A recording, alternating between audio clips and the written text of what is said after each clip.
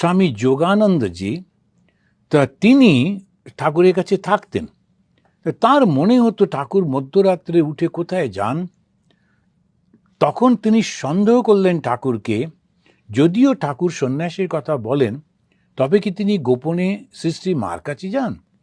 দেখার জন্যে তিনি অপেক্ষা করে থাকলেন এবং দেখলেন শ্রী ঠাকুর তিনি চলে যাচ্ছেন ওই জঙ্গলের ঝাউতলার দিকে টয়লেটে।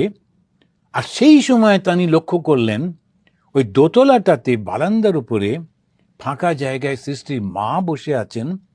সম্পূর্ণ তার মুখটা দেখা যাচ্ছে চাঁদের আলোয়, এবং তিনি ওই ধ্যানের গভীরে ডুবে আছেন। ওরই সামনে দিয়ে যে শ্রীরামকৃষ্ণ চলে গেলেন বা এই ছেলেটি যে ওকে লক্ষ্য করছে, তার কোনো খেয়ালও ছিল না। এই তপস্বিনী মূর্তিটা আমরা দেখতে পাচ্ছি। তিনি পতিব্রতা, আবার সঙ্গে সঙ্গে তপস্বিনী। তপস্যা মানে কি? শ্রী মা নিজেই বলেছেন, যে কোনো প্রকারে মনটাকে ঈশ্বরের চরণে রাখা।